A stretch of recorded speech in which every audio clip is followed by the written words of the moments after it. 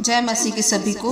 मेरे प्रियो, एक बार एक बुजुर्ग अम्मा एक टोकरी में फल बेच रही थी, पर उसके फल ज़्यादा नहीं बिक पाए थे और वो परमेश्वर को मन ही मन कह रही थी कि हे प्रभु, मैं इतनी मेहनत से फल लाई और मैं बड़ी ही भारी टोकरी को लाकर अपने सिर पर रख कर लाई थी, मेरे फल बिके नहीं। उसके पश्चात उसको फल बेचते बेचते शाम होने लगी।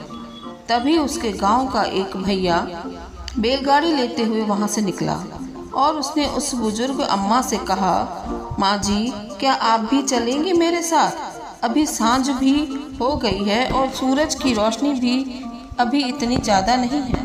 तभी वह बुजुर्ग अम्मा बोली, हाँ बेटा, बस ये फल इस गठरी में समेट लूँ तो मैं भी तेरे साथ चलती हूँ।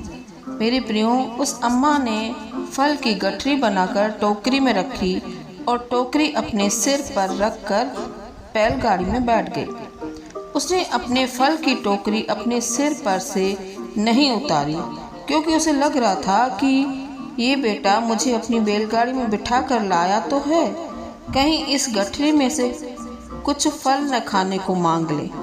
मेरे प्रियो, वह इतनी थक चुकी थी, लेकिन फिर भी वह अपने बोझ को, अपने सिर पे रखी हुई टोकरी के बोझ को वह बैलगाड़ी पे उतार कर नहीं रख रही थी।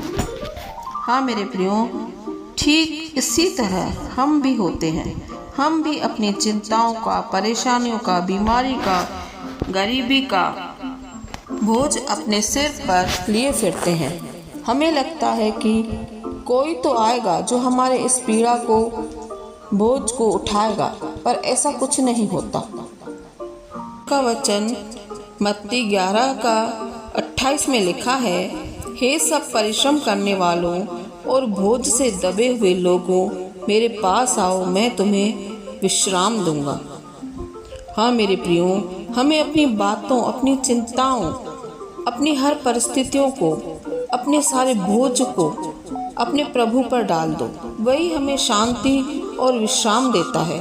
जैसा कि भजन संहिता 55 का 22 में भी लिखा है, अपना बोझ यहोवा पर डाल दे, वह तुझे संभालेगा, वह धर्मी को कभी टलने न देगा। परमेश्वर इन वचन के द्वारा आपको आशीष दे और आपकी सहायता करे। आपके सारे बोझ को जब तक आप अपने परमेश्वर के चरणों में, परमेश्वर के आगे नहीं रखेंगे, तब तक परमेश्वर आपके बोझों को कैसे उठा सकता है। हाँ मेरे प्रियो, आप अपनी प्रार्थनाओं के द्वारा, अपने वचनों के द्वारा, अपने वेदना के द्वारा, अपने आंसुओं के द्वारा उस परमेश्वर के ऊपर अपने सारे बोझ को डाल दो। वह तुम्हें विश्राम देगा और तुम्हें शांति देगा। वह तेरे सारे बोझ को, सारे परेशानियों को उतार देगा और हर एक बात का उत्तर देगा। परमेश्वर इस वचन के द्वारा आपको आशीषित करे। आमीन, आमीन, आमीन।